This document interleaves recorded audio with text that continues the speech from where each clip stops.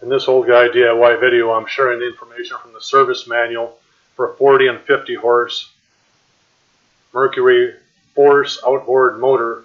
The manual says 92 and 93, but I just used this process on a 94 and it worked just fine.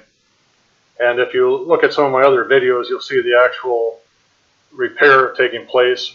I bought the kit number 18-7806-1 from Amazon for 18 bucks. When I pulled the fuel pump apart on the 40 horse 1994 that I was working on, I found a 3/4 inch tear in the diaphragm, so it worked out great. Prior to the repair, the motor would start grudgingly. It smoked like a fiend. It did not have much power. It would push that pontoon along at about 8 miles an hour. And after I put this fuel pump kit into it and did the repair and buttoned everything back up and it had the correct spark plugs, now in a heavy wind it'll go 15.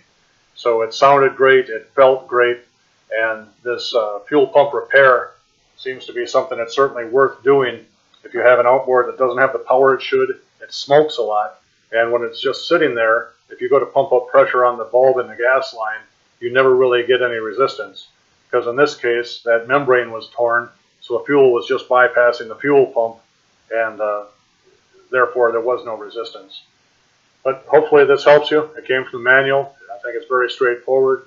Again, I have a video of my repairing the fuel pump on a motor, and if you like it, please see it. And if this helped you, please subscribe, and I hope you have a great day.